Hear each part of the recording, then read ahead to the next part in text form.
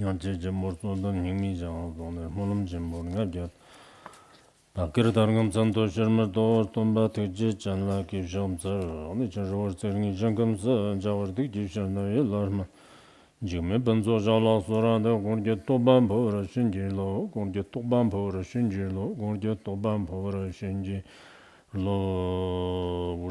supreme, profound, and sublime Dharma is difficult to encounter in a billion eons. Now I have seen it, heard it, received, and kept it. I vow to attain the true meaning of the Tathagata. In order to liberate all sentient beings, let us generate the supreme bodhicitta. 같이 rapshong sonum tso sachin daryang mashongna lorda shakam changara tsatum lakchong muchiggu tsatum chongwe sonum kan gyarwe karwa judman zat sonum kamnyam tsatme pa sorki timta galashi yondan jibjin gyarwa yi gendak kumchog shibirasha dina kyumbirtiyo yi rapshong dondang nimabsha gebjong tsirnchirim tongna yang dagnang zhongjang ngamjudur pong zirdan metog tsarjig na London Gambo Demon Vision. Ergetsin namdak tambim sur tsirdan somji mangda ji. Dina shunchir ngayo kyang kimber kernda rigma yin. Lotuk jepi jamzang na tsadang danwa ngayo kyang. Kipe sonum lemba le tukbe te tag Demon Vision. Tombe kanlan darkit kangdod gebjong mevni yang.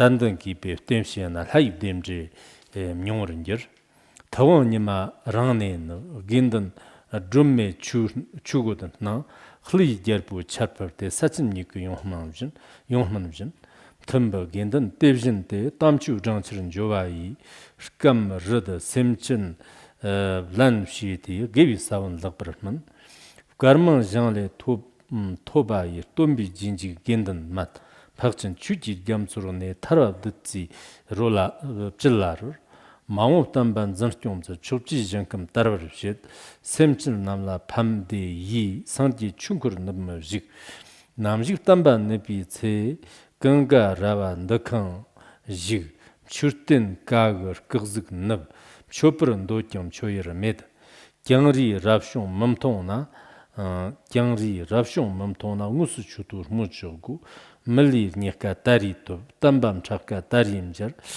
르마숑 손음 장사라 르마숑 손음 장사라 마오 게스타 치므튼 참물 람랑 조파라 구피 람르지 따고누전 마오 님창 람르지서 손음 장초 치므르모 디나 근지 럭샷테 도르송 겐던 초프르샤 데르크드 겐던 토파이 손음 호메트 남 카집대 샘친 탐실 라붕오베 마오 샴브람 차지르지 수다르지지 마하체니 스캇니 워크트 저와고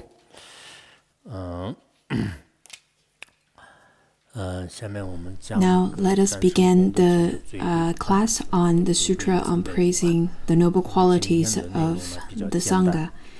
Today, the class is rather easy compared to the previous classes where we've taught a few stories to expound the sutra, where we give the teaching quite explicitly. And today, I think the teaching is much easier in terms of the stanzas. So let's study it together. Tomorrow we will have our class on the Kshitigarbha Sutra, and I hope the Sangha member over here should follow the rules as before. Mainly you should stay at home and receive the class from FM radio, and then there are people who would take rotas to attend the class at the shrine hall, but majority of you should stay at home and receive the class. I think that would be better because people tend to show up on the first day and on the last day, but not many people would like to show up to classes throughout the class. Not so sure why. At the beginning, you generate bodhicitta, and then in the middle, it is unconditioned. Maybe that's why I don't see it. And then at the end of the class, usually we rededicate the merit. And maybe that's why people would like to show up, because at the middle, people should practice without any conditions. Maybe that's why people don't like to practice any conditioned attendance. So I think it's better for you to attend class at home, including those staff members. You can also stay at home and receive the classes. It really depends on the situation. If you really, really want to attend class at the shrine hall, then that's fine too.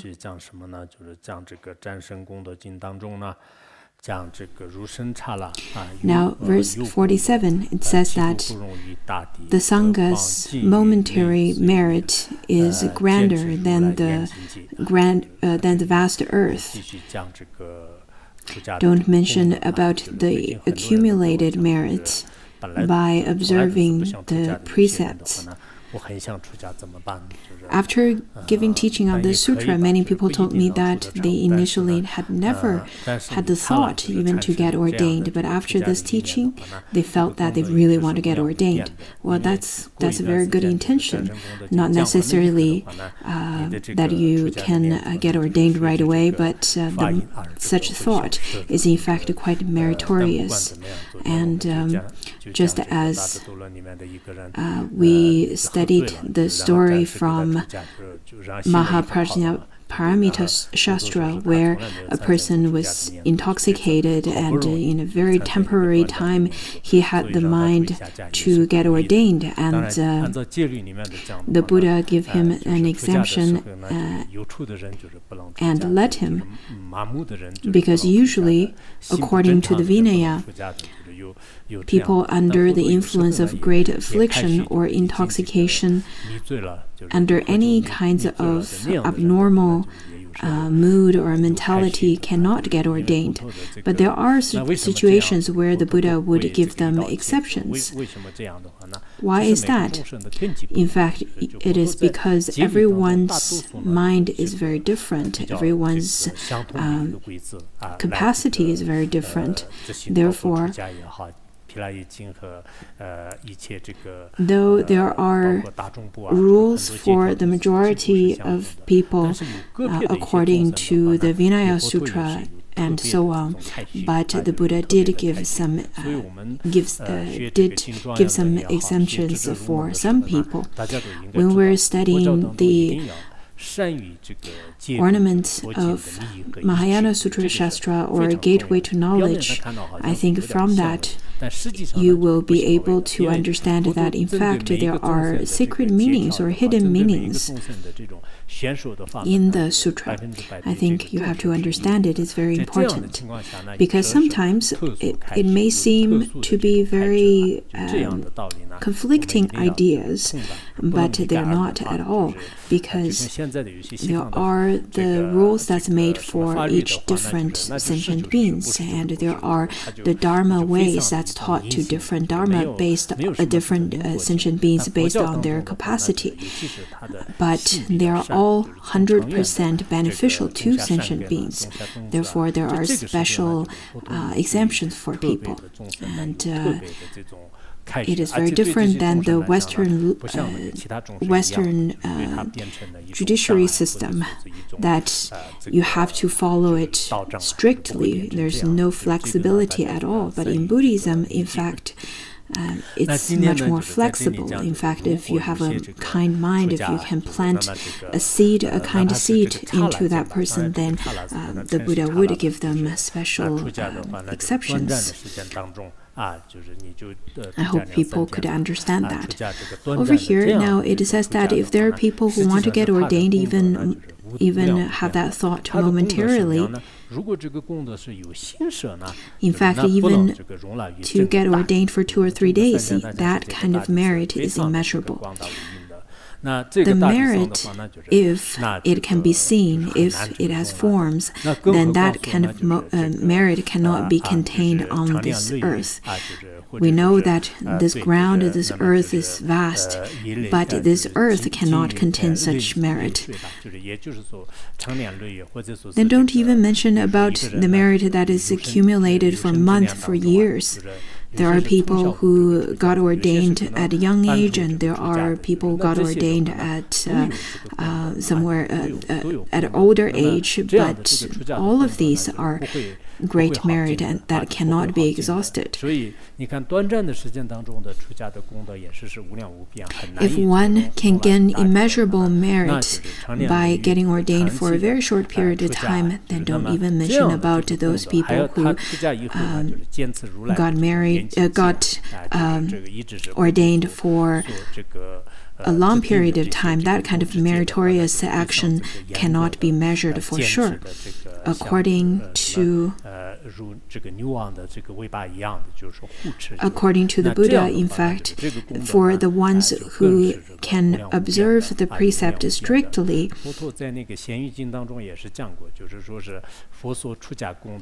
that kind of merit is indeed immeasurable. In the Sutra of Wise and Fool, it says that the Buddha then talks about the merit of ordination. It is in fact higher than the Mount Sumeru, deeper than the Grand Ocean, and more vast than space. So it talks about merit from three aspects: the height, the depth, and the vastness, with the three metaphors, that is the mountain, ocean, and space. There are people who never even got into society and got ordained right away at the age of 10 or so, and they spend their whole life as an ordained monastic.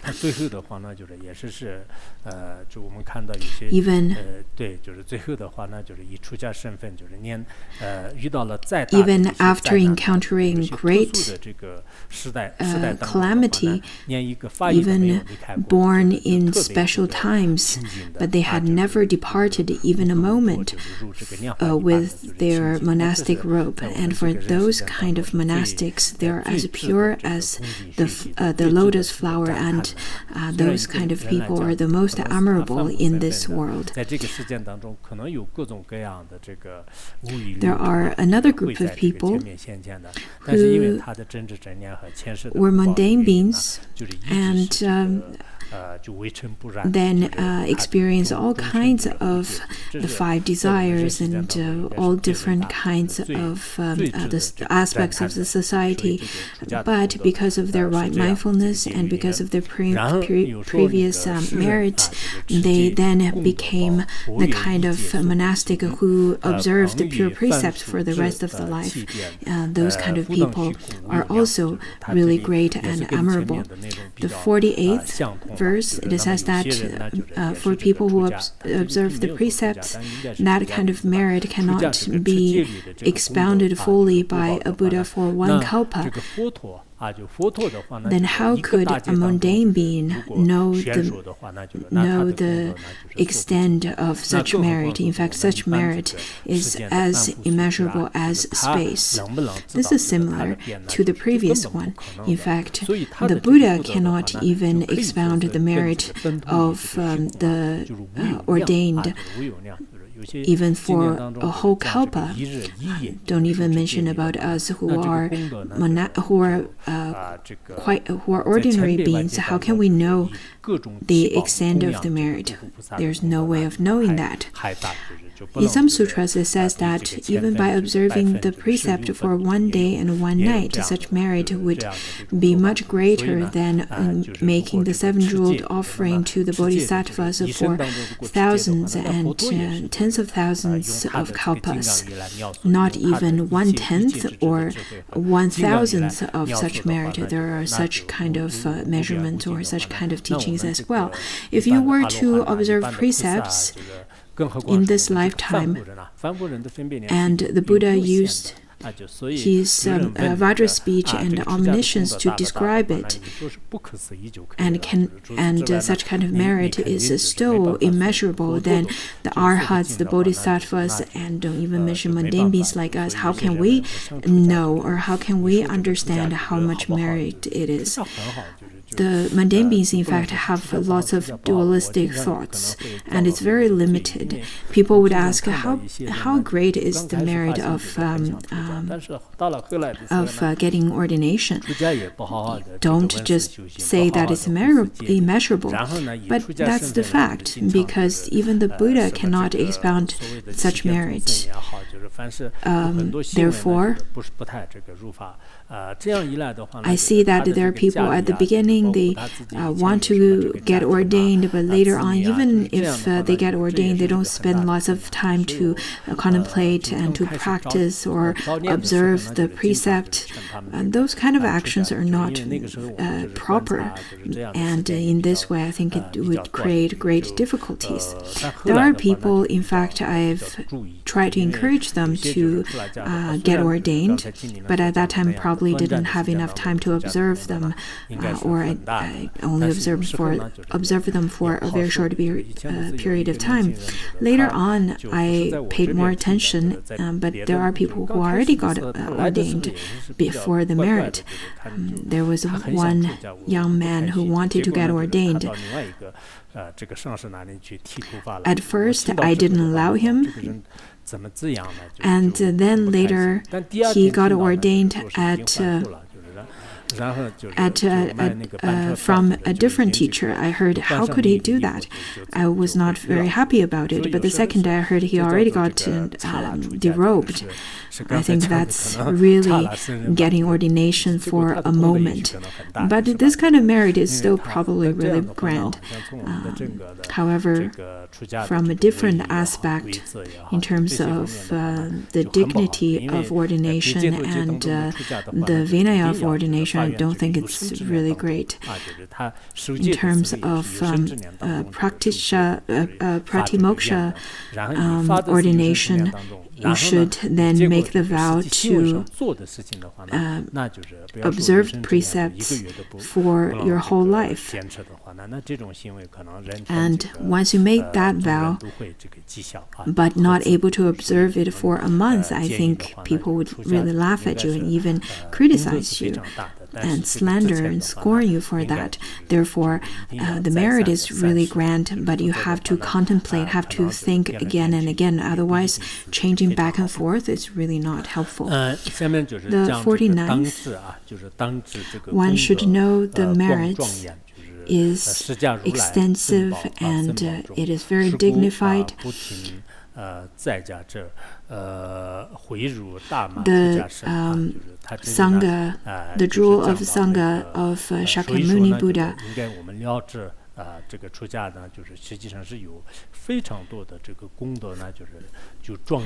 It says that it means that the monastics, in fact, have the merit that is quite magnificent. And in the Sangha group that is of the Shakyamuni Buddha, in fact, there are people who have lots of hidden merits, such as supreme power or supreme capacity of samadhi or of wisdom or of the capacity of liberating sentient beings or benefiting sentient beings. Maybe there are the ones who are not so good at expounding the Dharma or practicing meditation, but they have great power of magnifying others, and then would be able to benefit sentient beings. There are people who would have a great skillful means. There are people who may not appear to be so grand, but in the long term, they can benefit sentient beings. So there are many kinds of monastics within the group of Sangha, and they are of quite great power to benefit others. So the lay practitioners should avoid scorn warn and humiliate and criticize, or even hitting or beating up the monastics. So those are actions that should be avoided. Because the monastics the merits of the monastics are difficult to be known, just as the great jewels and treasures hidden under the ocean. There are great masters in disguise in the Sangha group. According to the shorter version of the Chinese Samyukagama Sutra, it says that, such as in the great ocean, there are so many different jewels, same as the ocean of the Sangha. In fact, there are many jewels of merit. In the ocean, there is the jewels and treasures such as coral and agates and many different kinds of jewels. Similarly, in a Sangha, in fact, there are great meritorious monastics within as well, but it's very difficult to tell from the surface. In my monastery, about a dozen or over a decade ago, there were very few young novices, and there's one Tibetan man who would cook for them. So I asked him, how do you like your job right now? He said, sometimes those young novices are really naughty, but I think there must be great masters. Some of them would grow up to be great masters. Therefore, I would get up really early and wash my hands very carefully, and then I would burn incense to purify the environment, and then I would cook for them, because I am afraid if I don't cook with a pure intention, and if I don't cook well, then it's not good for me. Therefore, I would try my best to cook for them, though some of them may look quite naughty, but I'm sure in the future many of them will become grand masters. And his name is Tupten. I'm not sure if he's still, I don't think he's still cooking for them now. But I think I agree with what he said. Now it's very difficult to see who's going to be a great bodhisattva, or who's the manifestation of bodhisattva, who's going to be a great master. Even if some of them are not proper observer of the precepts, we don't necessarily have to beat them up or slander them, which would definitely lead to negative karma for yourself. Therefore, we definitely have to pay reverence to them. This is quite necessary.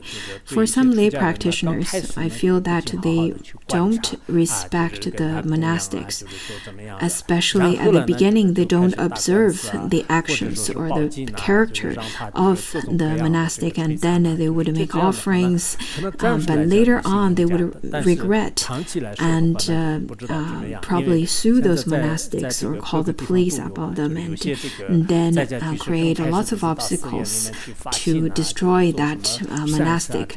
Maybe it seems that temporarily you have the upper hand, but I'm not sure how you would turn out in terms of long-term fruition.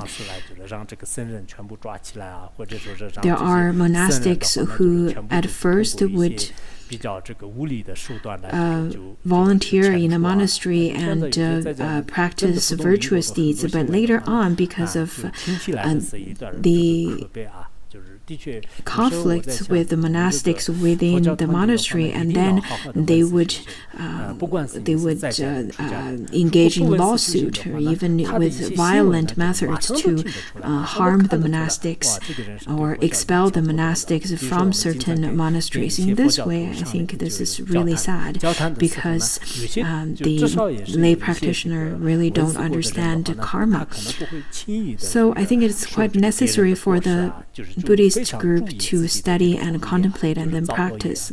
Let you be monastic or lay practitioner, because without all these, then you won't understand Buddhism at all.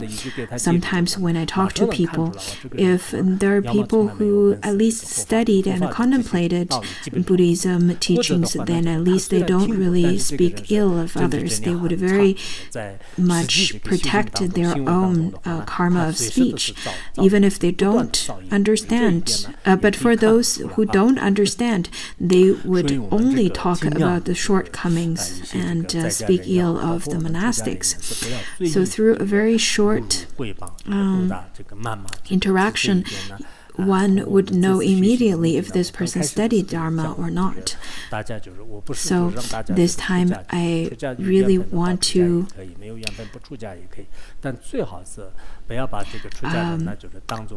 so this time I really want to emphasize the goal of this teaching.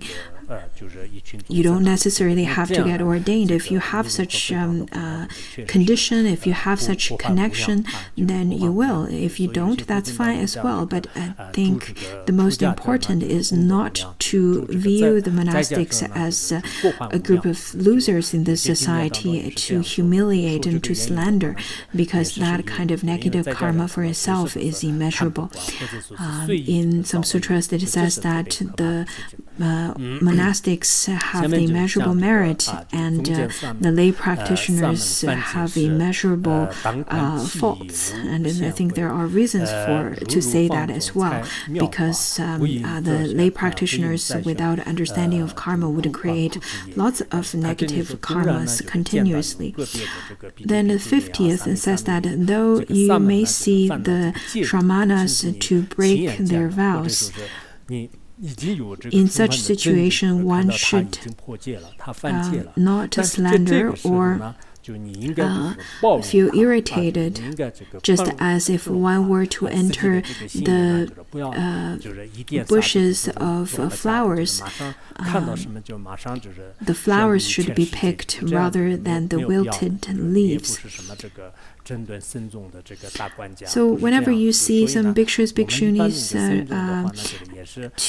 who violated their precepts, unless you've seen it personally and have full evidence of such, then you should have an open mind and be very open-hearted. Do not feel that you have to make such an announcement to every part of the world. It's really not necessary, especially since you're not really a regulator of the Sangha group. Usually, whenever you enter into a fragrant garden, people would pick the beautiful flowers such as rose or chrysanthemum and maybe some really fragrant flowers. This is really fragrant. What is this flower?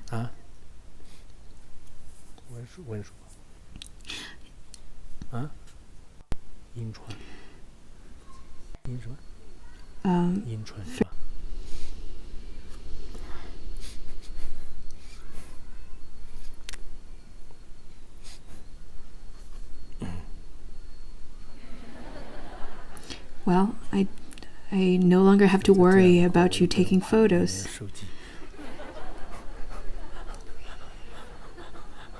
Otherwise, many people around me would keep taking pictures of me.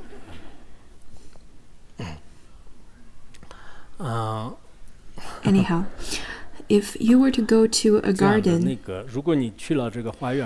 people would look at the beautiful flowers and then would pick the beautiful flowers.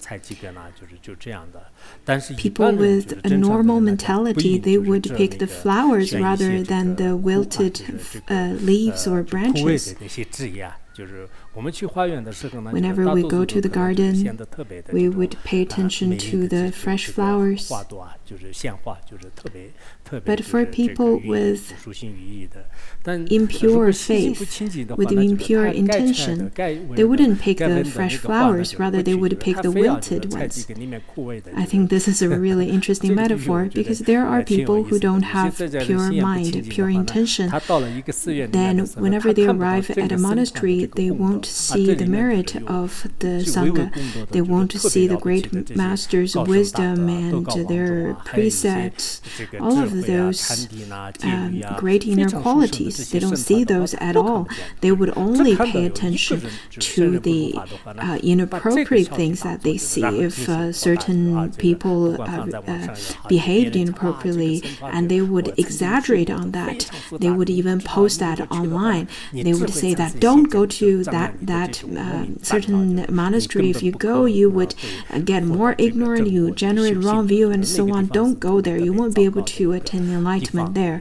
It's a terrible place to go. So, well, I think it really is because that person doesn't have a pure mind or pure intention.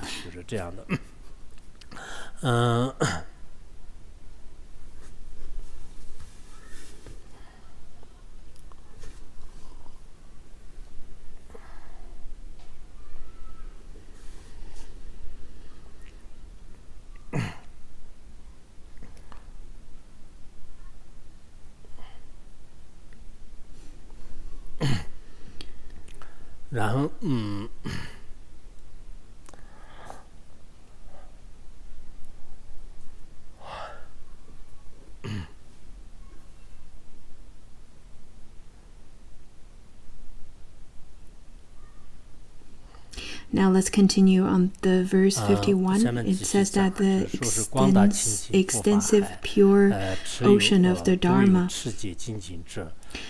many practitioners who observe the precepts, though there are a few who would violate such conduct, even though if there are a few who does that, the lay practitioners should not slander them. So in the vast ocean of the pure vast Dharma teachings, the Sangha is just like the pure vast ocean. The majority of them would uphold and observe the pure precepts, to practice diligently with on the listening, contemplation, and practice. And there are a great number of them who seek for nirvana, seek for liberation. But there are just very few of them who would carry out their conduct inappropriately or make small mistakes from time to time. That's possible. But at that time, the lay practitioners, that is the ones who wears the white cloth, should not slander, should not humiliate or then destroy the Sangha. Rather, they should still treat the Sangha with great reverence. There are a great number of monastics who observe the precepts, who practice diligently, who have the mind of renunciation and seek to benefit self and others. There are great numbers of practitioners like such in the Sangha. So as a lay practitioner, in fact, they don't really have that, they're not qualified to slander them. Just as within any mundane organizations, in fact, if you are not from this organization, you were from a different organization. But if you were to notice that in a different organization than yours, certain people did not do things properly, then you have really no rights to slander that person in the other group, in the other organization. Therefore, the lay practitioners could adjust your own action and whenever there's something within the ordained group, then you have not even received the precepts of the novice or so. They are really of a different group than yours. Therefore, you don't have any qualification to slander them and to then judge them. There are Sanghas, sometimes Sanghas belongs to this teacher and there's another Sangha belongs to the other teacher, and there are lay practitioners in this group and in the other group, so do not get involved in slandering the other groups or the other Sanghas, the other monasteries. In fact, this is quite it could lead to terrifying results for yourself. You should really practice, you should really practice in your own meditation, to practice to benefit beings whatever way you can. Of course, there are people who have different intentions or different agendas. Sometimes they would appear to be Buddhists in a Sangha, but sometimes, in fact, they have different agendas behind. They have a different job behind what they appear to be, and they have very special identity. That's very different. Then you can't really there's nothing that you can do about those group of people. It's just as the earthworm would take earthworm as their food, but ants would eat the food that they would prefer. They're very different. So similarly, there are lay practitioners who have different intention and different agenda because they have a different they want to create different things within a group. Other than that, the lay practitioners or non-practitioners, in fact, I think it is the best not to get involved with the monastics group, especially because they have no idea about what the monastics conduct or their action, their view in terms of this. The lay practitioner have not much of an idea, so it is not necessary for you to offer your view or your idea and advice to them. And on top of that, you don't have to be a translator talking about this one from one teacher and translate their message to the other teacher. As a lay practitioner, you should know your place. This would be really good. Just as the story about the bhikshu who was very eloquent, and because of his eloquence, he created lots of harm to the Sangha and created harmful results for himself. So unless you have special agenda behind listening to the Dharma or staying in this Sangha, there's really nothing that other people can do with you. But other than that, if you have a genuine intention, if you have a genuine practice or genuine interest with the Dharma, then you should try your best to practice virtuously instead of getting involved with the monastic group. So I really suggest the lay practitioners not to get involved with the monastic Sangha in terms of their ways of action and so on. Do not make comments to them. So 52, the next one says that just as the new sprouts in a field, there will definitely be weeds mixed within the good sprouts. But one should treat this field as a good field rather than rather than seeing only the weeds.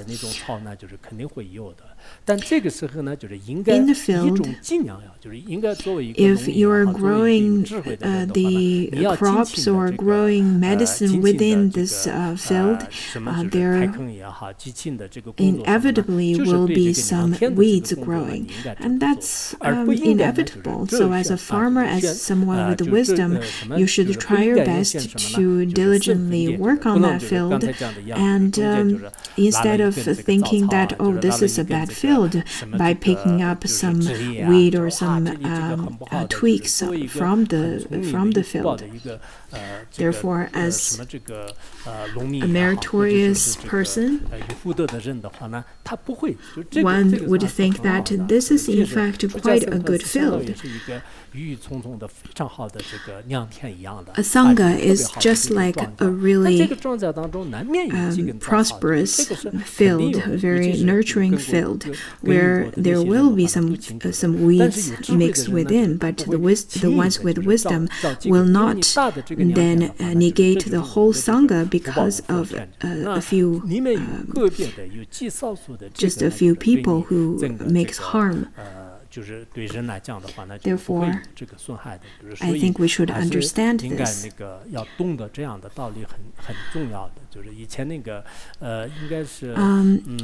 The old master Xu Yun, when he was in Yunnan, there was a person, his name's Li Genyuan. He received education from the West, and after he got back to China, then he was actually quite he, in fact, didn't really like the religious aspect, whatever he sees. So when he met Master Xu Yun, at first he didn't pay respect to him. He pointed a gun at him and said that, so I heard you are very famous. So I've been looking for you for a while. It's wonderful that I see you now. And then Master Xu Yun was actually quite calm and slowly taught him why he shouldn't destroy Dharma. And then he asked Master Xu Yun and asked questions including what's the meaning of the Buddha statue, and every time Master answered him really well. For example, because he doesn't like the statues, he doesn't like religion. Therefore, Master Xu Yun said, in fact, this is just an image, but image could be meaningful, such as in order to remember the belief and the philosophy of Confucius, it is quite important to pay respect to the pictures of Confucius as well. That's not religion. And then later on, they talked quite a bit about the compassion of the Sangha, and they also talked about how other there are people's actions who's not really proper. So they talked quite extensively, and then eventually they talked about how in the traditional culture, if their scholars' actions are not really proper, but you can't really completely deny the traditional culture. And because of the eloquence of the master, then this person, he completely confessed and completely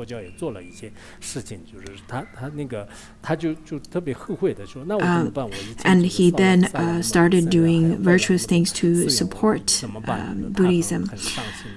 Especially in the later times of his days, when he realized that he created so much harm to Buddhism.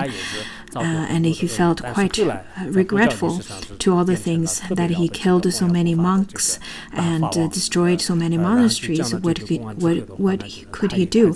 And then old master told him it's fine, because considering Ashoka, who also created lots of negative karma, and it was under the influence of the bad friends as well as the environment. But later on, he did try his best and to support the Dharma, and it became a great Dharma king at the time. So after that story, he started to protect the Dharma with wholeheartedly.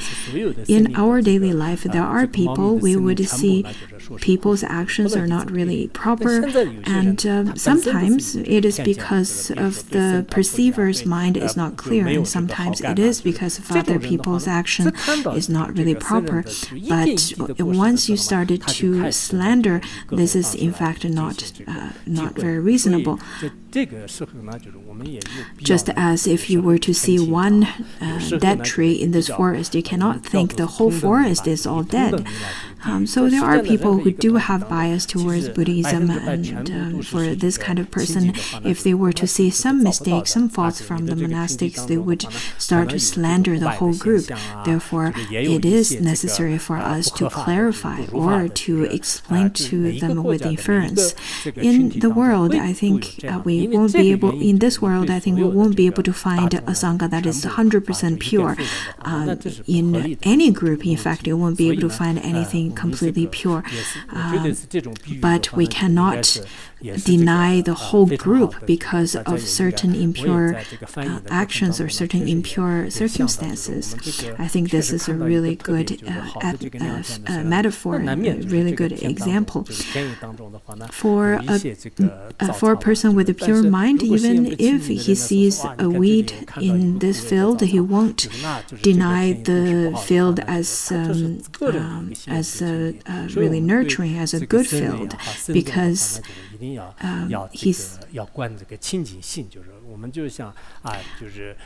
but for a person with an impure mind, he would see the complete opposite. Therefore, whenever we see the Sangha, we should feel that this is wonderful for me to be able to see the Sangha. I feel really honored. You should see the Sangha with great faith.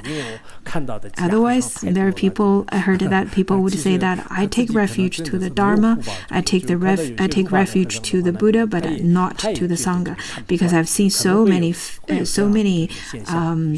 pretended Sangha. I haven't seen all the Sangha member being genuine, but I don't think it's a wise way of perceiving it.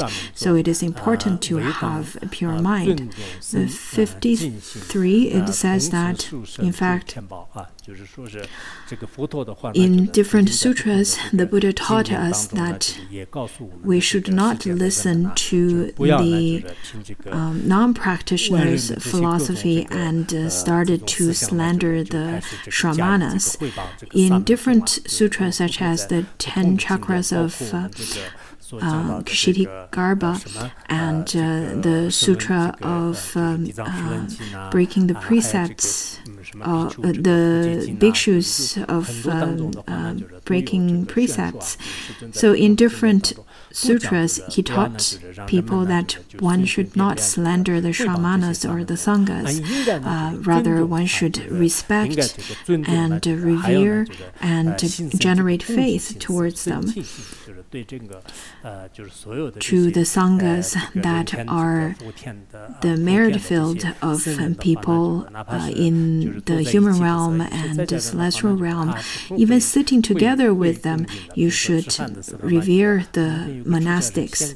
For example, if you're having meal and you see some monastics sitting there, you should then offer to them first.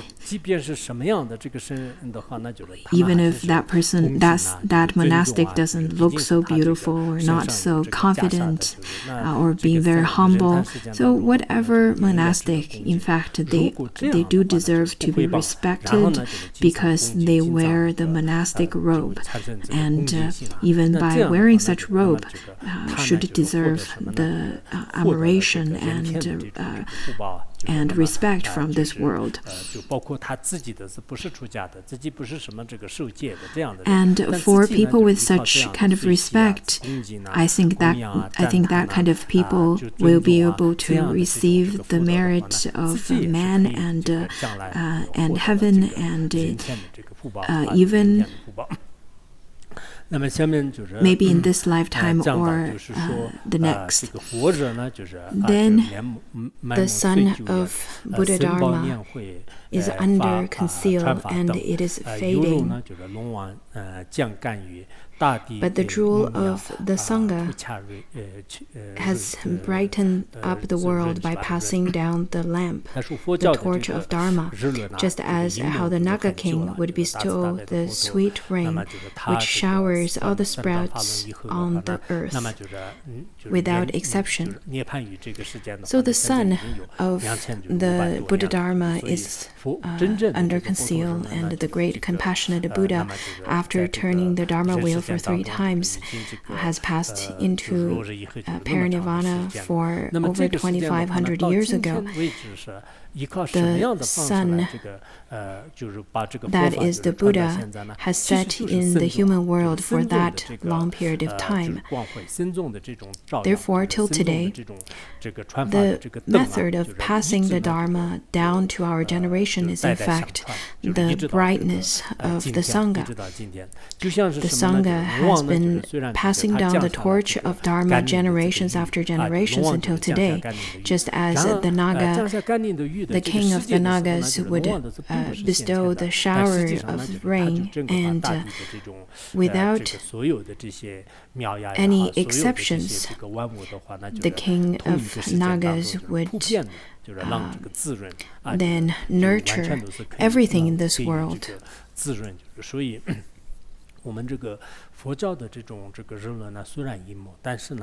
So the sun of the Dharma, though, is concealed. However, the torch has been passed on by the Sangha without interruption. Therefore, after 2,500 years, the philosophy, the wisdom, the compassion of the Buddha, in fact, all of his thinkings has passed on till right now and is so vividly alive in our world. I hope that people who's attending this class, I hope that you understand each one of you have the responsibility to spread the Dharma, and you will definitely have the conditions as well as opportunities to do so. Since you will be able to do that, therefore, now you are learning the Dharma, then you should try your best and put your effort into studying the Dharma to receive the teachings from the great masters. I myself have spent so many years without caring for my own health. My time, my effort, my tiredness have been explaining and passing down the Dharma to everyone tirelessly. Therefore, I really hope that everyone who's listening to the class to realize that you also have the responsibility to spread the Dharma. Maybe I think my generation, people in my generation, in terms of our age and the time that we're here, is quite limited, including myself, including my translation is very different than how I used to translate, because after reading the computer so much, watching the computer so much, my eyes, the function of my eyes, in fact, also declined. Therefore, it is just like a car that you've used for so many years. It's going to have problems. When I think of Phuntsok Rinpoche, I think he was not, it was before he reached 60, his eyes can barely see anything. Therefore, for us, we have this lifetime only as short as a few decades. We've all tried our best to pass on the Dharma. Dharma. I hope the audience over here do not think that you only listen to the Dharma and after you finish listening, you finished your work. It's not like that at all. Every one of you, in fact, do have the responsibilities to pass on the Dharma. After listening the Dharma, you should practice, you should attain realization, and then this Dharma would be really supreme in whatever world that you will go to. You will have the opportunity to spread it, to propagate it. This is quite necessary, just as how the Amrita of the Dharma could shower all things in this world. Therefore, it has to then be spreaded to the sentient beings, just as according to the great ornament of Mahayana Sutra Shastra, it says that as the great ring of the great Naga, only the ocean can uphold it. Just like that, the Dharma that is the Dharma that is as vast as the great ring, only the Sangha could uphold it.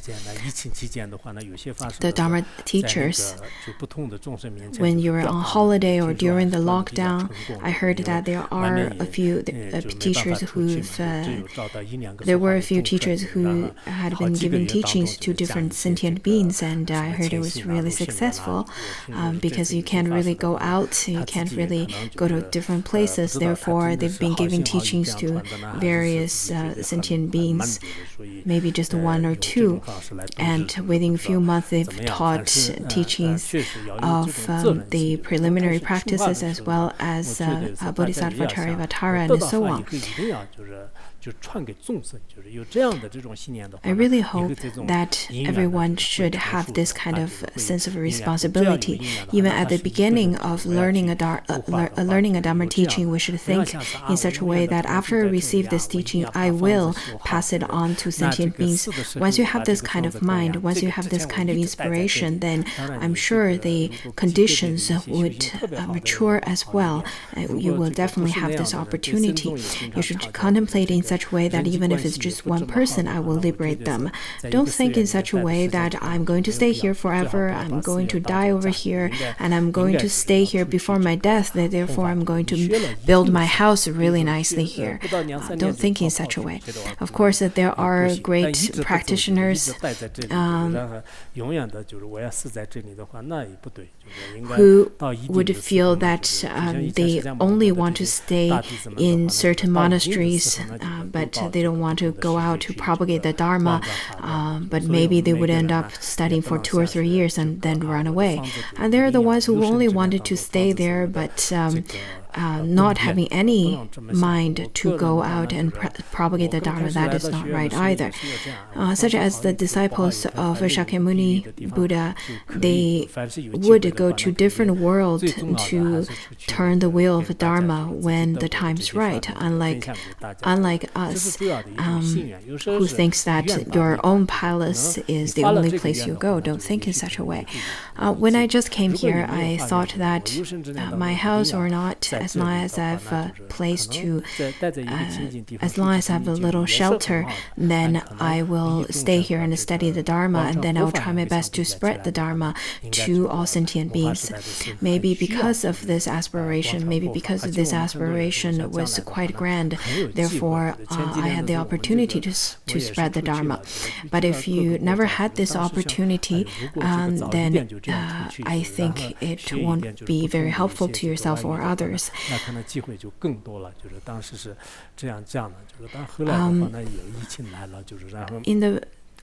In fact, last year I thought that if I were to go to a few other places and maybe learn a few different languages, it would be really wonderful too. But then there was the COVID, and nobody could go anywhere anymore. So that opportunity didn't really happen to me. But I really think that young people, you should make such aspiration. You should aspire to shower all the sentient beings with the ring of Dharma without exception, without any differentiation. In fact, that's the title of the Dharma teachings in universities. Maybe because of the auspicious coincidence and such kind of auspicious inspiration, I had the opportunity to go to different universities. Now, the 55 verse, it says that the harmonious Sangha is just as so, just as how the ring of the Dharma that is taught by the Tathagata could quench the thirst of all sentient beings. The Dharma ring of the Tathagata can nurture all the meritorious seeds of sentient beings. So the Sangha should focus on spreading the Dharma instead of talking about mundane things such as what you've eaten and what you cook and things like that. But nowadays, I feel that beings in this realm of desire, that's everything they can think of. They only talk about food. Rather than that, I really hope that you can contemplate the Dharma every day. You can think that, well, what have I learned? How can I benefit all sentient beings? Instead of, well, what are you going to eat today? What did you eat yesterday? What did you eat the day before yesterday? And you would inquire even further, how was the dish, how was the soup, how big was your bowl, and so on. Those kind of languages, in fact, is extremely meaningless. We are mundane beings. We're not like arhats. We cannot avoid those frivolous language. But from our language, we can also have a peek of the value of the Sangha. We can have a glimpse of the value and the goal of the Sangha. Therefore, the harmonious Sangha should focus on showering the ring of the Dharma to nurture all sentient beings. Look around. The sentient beings, in fact, they really need such ring of Dharma, because their mind stream is really quite dried out. They have no nourishment at all. Therefore, they really need the Amrita ring of the Dharma. If they have such ring of the Dharma, then there would be opportunities for them to cultivate the sprout of meritorious actions and so on. But without which, then I think we should really make the aspiration to benefit them. Upon thinking this, I really have great gratitude towards Pongso Rinpoche, because without him turning the wheel of the Dharma, without his effort in propagating the Dharma or taking in lots of disciples, then I think majority of us probably won't be able to have the opportunity to make auspicious connection to the Dharma. And if we don't make auspicious connections of the Dharma in this lifetime, we would never know when we will ever again. Therefore, when the great masters who can shower the ring of the Dharma, it could be very beneficial to all sentient beings, because our mind stream is so it's just not ready at all. So therefore, we really need the shower of the Dharma from the great masters. And we should not only think about as long as I eat well, or as long as I'm safe and happy. Those are all very selfish. This is in fact not helpful or beneficial at all. In order to benefit all sentient beings, we should contemplate that death, I can die, I can lose my security, I can be hungry and thirsty, as long as my action is beneficial to sentient beings. And we should generate such kind of pure Mahayana inspiration. In the Chinese version of the short Samyukta Agama Sutra, it says that in the great darkness, one can lit up the lamp of wisdom for benefiting all sentient beings. One should preach the Dharma to show them the path. I used to say that when the parents are still alive, one should learn the skills to live one's life, and when the teacher is still alive, then the disciple should learn to have the capacity to practice the Dharma. This is in fact quite important. 56, it says that in the innumerable kalpas, if one were to cultivate the meritorious field,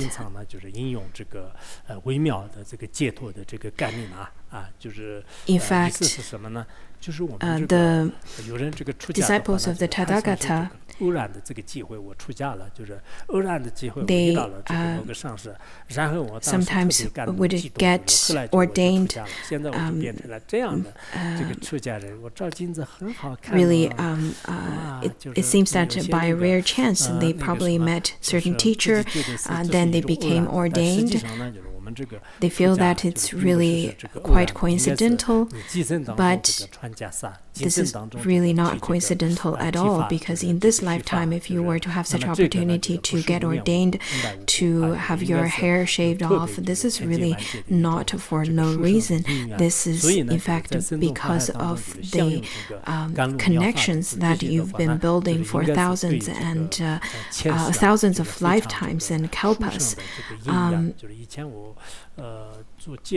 To enjoy the Supreme Dharma along with the noble ones, that's the supreme connections had been building for lifetimes.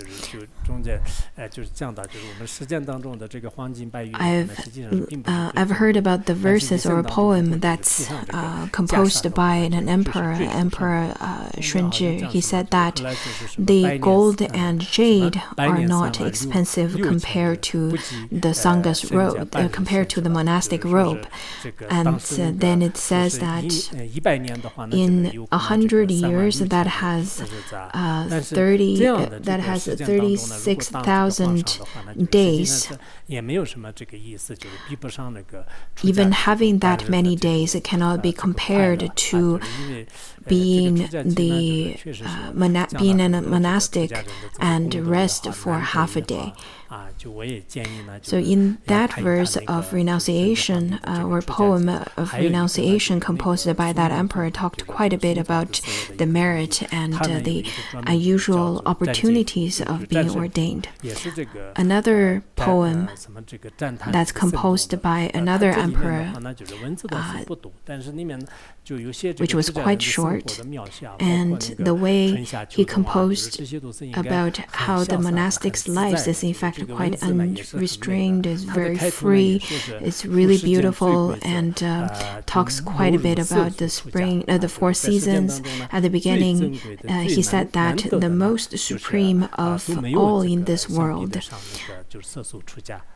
is to get ordained and renounce from this mundane world.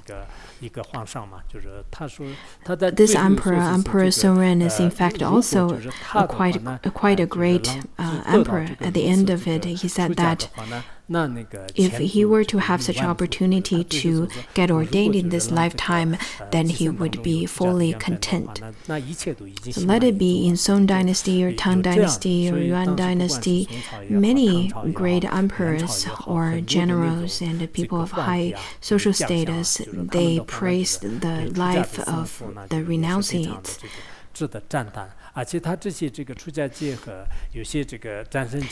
The 2 poems, in fact, all talked about the supreme opportunity of being ordained in this lifetime. To have this opportunity to get ordained, I think we should appreciate and to observe and protect our precepts, and we should also feel quite proud of wearing this monastic robe. We should be proud of it to be a Buddhist, but we don't have to be arrogant in this society. In fact, in the society, I think the mundane beings do not view the monastics as very a very prideful identity. Whenever I go to the West to propagate the Dharma, people would look at us with very strange, very strange gaze. Some scholars would say that, oh, I noticed that there are some people who wear red robes in the West, and whomsoever they get close to, after a few years, I realized that then they become the disciples of the red robes. Therefore, they really want to study who they are and what kind of teachings they gave. Especially around that time, in fact, the Westerners did not really know too much about the monastics, the Tibetan Buddhists. Now the numbers of the Buddhists in the world, in fact, is still quite small, especially in monastic. When I go out and teach in universities, people don't really look at us in a normal way. In fact, they don't even listen to my speech sometimes. I notice that their focus is on my clothing, on my robes. I can see that. I can see that they are not really listening to my teaching, but only looking at my clothing. And sometimes they would use the camera phone to focus on my clothing. Anyhow, we may appear to be very strange in front of the mundane beings, but we ourselves consider this to be quite prideful, to be, in fact, extremely honorable. 57th. As monastics, they can inherent to protect and to propagate the Dharma teaching given by the Tathagatas. Not only to protect, but they can propagate such teaching into different countries, even into the worlds in 10 directions. There are practitioners. They made a great aspiration and built different Dharma centers or host different Dharma assemblies in different countries and even to different people. That is considered to turn the Dharma wheel of the Dharma continuously. Some people would say to me, Guru Rinpoche, may you live long and turn the wheel of the Dharma. So that's what we should do. We should turn the wheel of the Dharma. Especially, I noticed that some great masters, after their parinirvana, their disciples who would actually carry his teachings into everywhere, into the world. This is quite unusual as well. Sometimes I would contemplate that Phuntsho Rinpoche, in fact, has passed into parinirvana for 17 years. Sometimes we thought that his teaching might then decline after he passed away, but because from the history, in fact, that's what happened to lots of masters and their disciples and their teachings. Their lineage would get weaker and their disciples would get less and less, and until to a time that people rarely know who they are anymore or what they taught anymore. But we can see this is in fact not the thing that happened to Pontsog Rinpoche. Pontsog Rinpoche passed into parinirvana for 17 years now, and the lineage as well as the teaching is still quite prosperous, especially the existence of Larungar over here to the world and to the sentient beings are extremely important. Because its existence, it has brought great benefit to all sentient beings. That is to say, because of the monastics, they can continuously to turn the Dharma wheel and then propagate the teaching to everywhere in this world. I think people who are sitting here, I'm sure later on you will have more opportunities to propagate the Dharma when you're studying it now, when you are engaging in the studying of the Dharma right now. You should study with you should study in depth, you should study with lots of focus and effort, and then, only then, when it's your time to propagate the Dharma, then you can propagate the Dharma properly. On top of that, if you were to have more insights upon the Dharma, then you can definitely benefit sentient beings. Of course, it is based on one prerequisite. That is, you have to have a pure vow to the lineage masters. You have to observe that pure vow to the lineage masters. Otherwise, it won't be very successful for your propagation of the Dharma to sentient beings. Even if you can be successful for a short period of time, it won't be a long term. It will definitely bring you obstacles if you don't have a pure vow to the lineage masters. I think the Dharma of Pontsog Rinpoche is so prosperous right now. It's because of the Dharma protectors are protecting us. That's also one very important cause. I really hope that you can remember that. Now, the 58th, it says that after the Dharma fade and disappear in this world, after the monasteries and the practice centers are all destroyed, after the stupas and statues are deserted, after all of those happens, it would be very difficult for people to make an offering.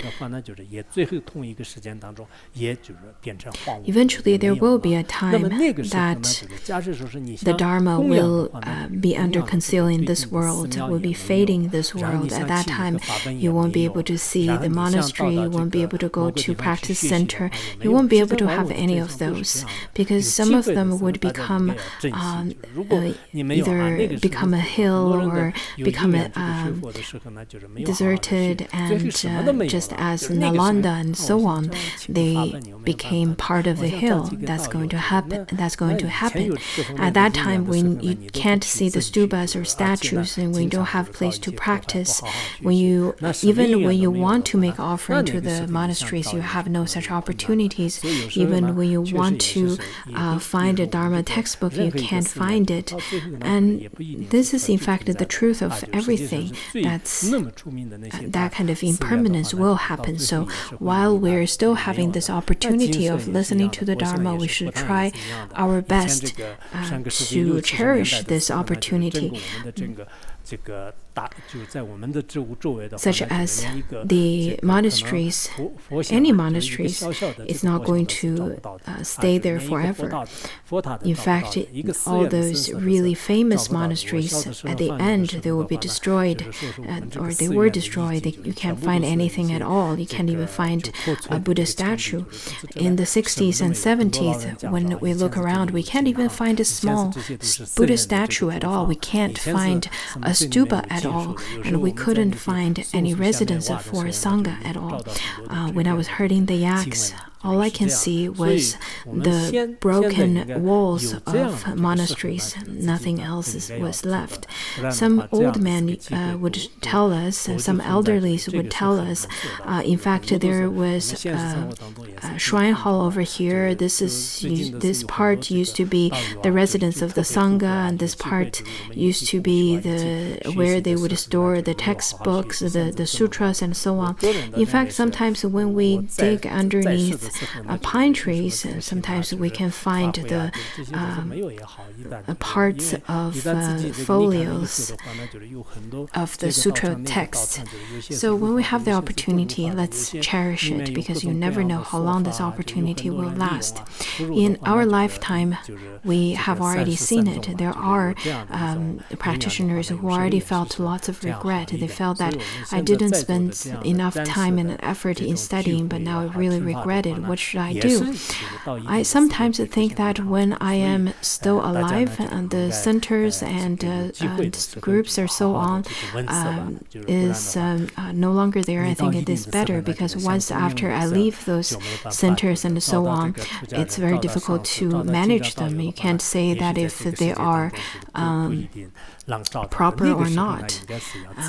And rather than letting others to take advantage of the centers, why not to just let it begin well and end well?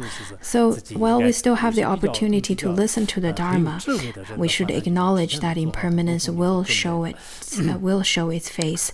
Let's use the opportunity to contemplate and study, because once you lose it, you can't make offering, you can't find the Lama, you can't find the Sangha, you probably won't be able to find any one of those. At that time, it's completely up on yourself. So as the wise ones, you have to prepare for everything. Now the 59th, it says that you can no longer see the images of the Sangha. Don't even mention about listening to the genuine Dharma. In this lifetime, that the human body is difficult to encounter. You've already obtained the human body that's difficult to gain. And the Dharma is difficult to encounter, but you've encountered the Dharma. So at this time, when we contemplate that eventually there will be a time that you cannot see the pictures, images of Buddhas and Bodhisattvas, we're already probably in the age of semblance of the Dharma. Don't even mention about listening to the Dharma. In front of the spiritual teacher, it's very difficult to listen to mantra chanting of Avalokiteshvara or Amitabha, but when we look at lots of the secluded places, such as when I went to Africa, I thought that why don't the Bodhisattvas come to Africa? Why do they all stay in Asia? They should come to Africa. Look at the sentient beings over here. The sentient beings in Malawi, in Lesotho.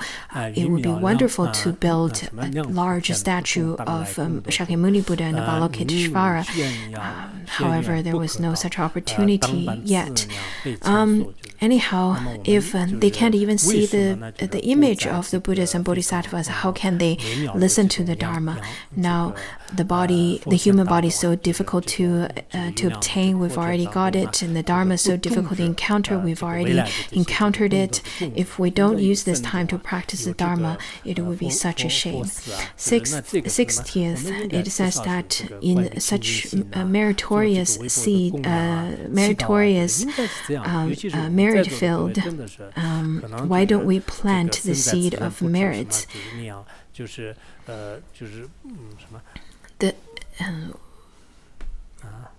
Now we have.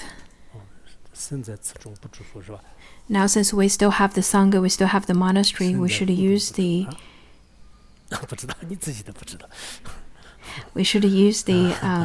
pure mind to make offering and supplicate, just as people who have no idea what contentment is. So right now, since we have so many Sangha members over here to make aspiration to listen and contemplate together, this is such a wonderful opportunity. Let you be a lay practitioner or monastic. After 10, 20 years, do you think you still have the same opportunity? It's very difficult to say, maybe you won't. I really hope that each one of you can write a journal. You can write down your feelings and what you did during your time studying, because after 20 years, you can look into it and it's just like a dream, because at that time you may not be able to remember anything that you did 20 years ago. For example, if you spend 365 days with the Sangha, then you should write it down. It could be very meaningful.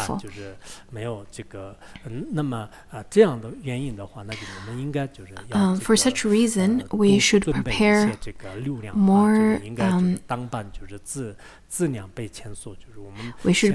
more provisions, especially when we have such a meritorious field that we can make offering to.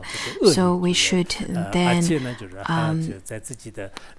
dedicate our life in practicing the virtuous deeds and avoid evil deeds for the benefit of this lifetime and future lifetimes.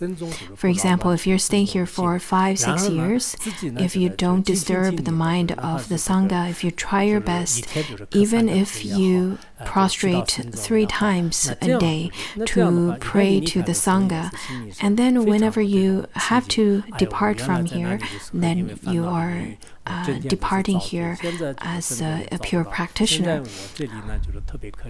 Otherwise, you might feel quite regretful thinking that, oh, I used to be there, but because of my affliction, I created lots of negative karma, and now I'm creating karma even more for me. So don't generate lots of regrets for yourself. When you have an opportunity, you should try your best to use that opportunity to generate more causes for happiness, just as it is taught in transforming happiness and suffering into enlightenment. When people ask you, what is happiness? You should say, I am happy at this moment. Don't keep thinking that I will be happy later. I'm not happy now.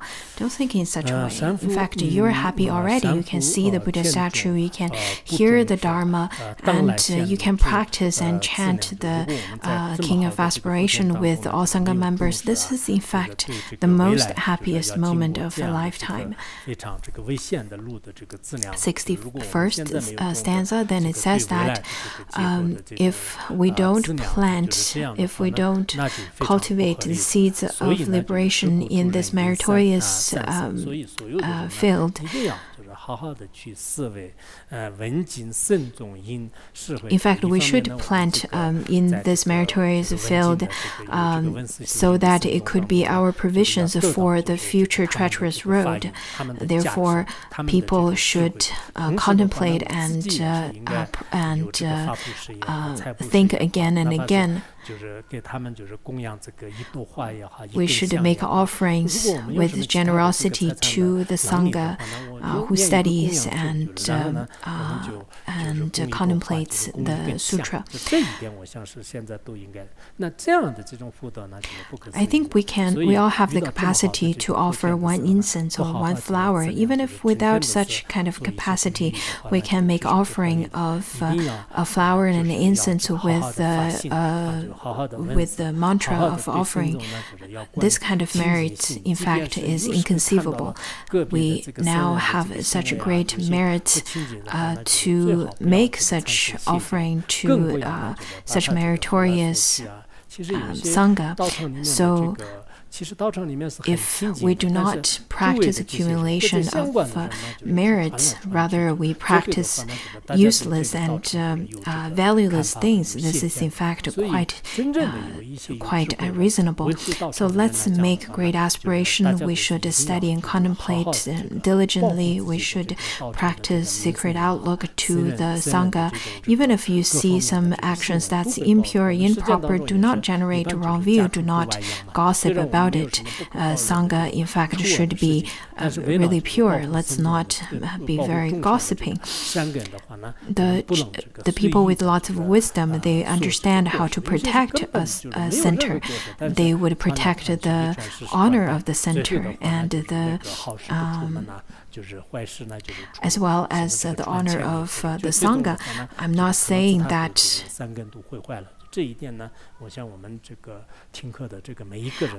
I think we should not generate negative karma by gossiping, which could create negative karma to self and other. This time, my purpose of teaching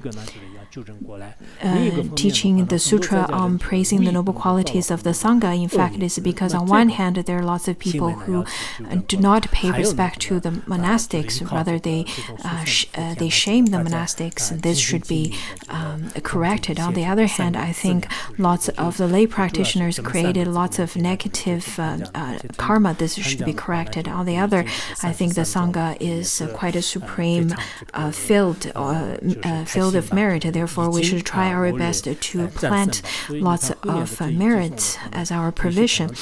For the 3 reasons, I have finished this teaching. I'm really quite happy. At the end of the last verse shows that this is composed by a master. It says that I briefly praise the qualities of the Sangha, the noble qualities of Sangha, and the merit permeates the whole of space. I shall then dedicate the merit to all sentient beings, and may we all meet Maitreya Buddha in the future. So now you've finished listening to this teaching. I've finished giving the teaching. I think we both generated great merit, and we should generate great faith. My language, in fact, I don't speak perfect Mandarin, and it's not easy to understand.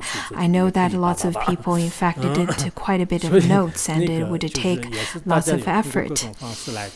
So people, through various methods, tried to help other beings to understand this teaching. I think this is quite a wonderful practice, and by all the great merits, let's dedicate such merits to the sentient beings so that they can encounter the Maitreya Bodhisattva in the future.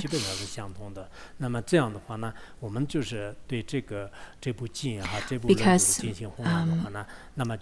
if we were to propagate this teaching, we will then meet the next Buddha, that is the Maitreya Bodhisattva. If we were to meet the Maitreya Bodhisattva, we will have the hope to get liberated. So at the end, we then make aspiration that whomsoever sentient beings encounter this Dharma, they can meet the Maitreya Bodhisattva.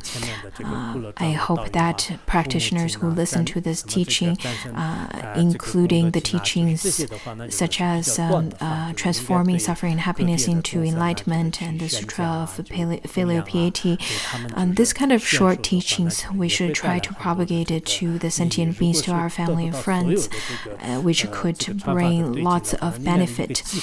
Even if you cannot give the full teaching to them, if you were to have the opportunities to give one stanza to your friends and family members and say that, I'm going to chant one verse to you, and by this opportunity, both of you would have the merit of listening and teaching the Dharma. So now let's dedicate the merit. Let's dedicate the merit of this sutra.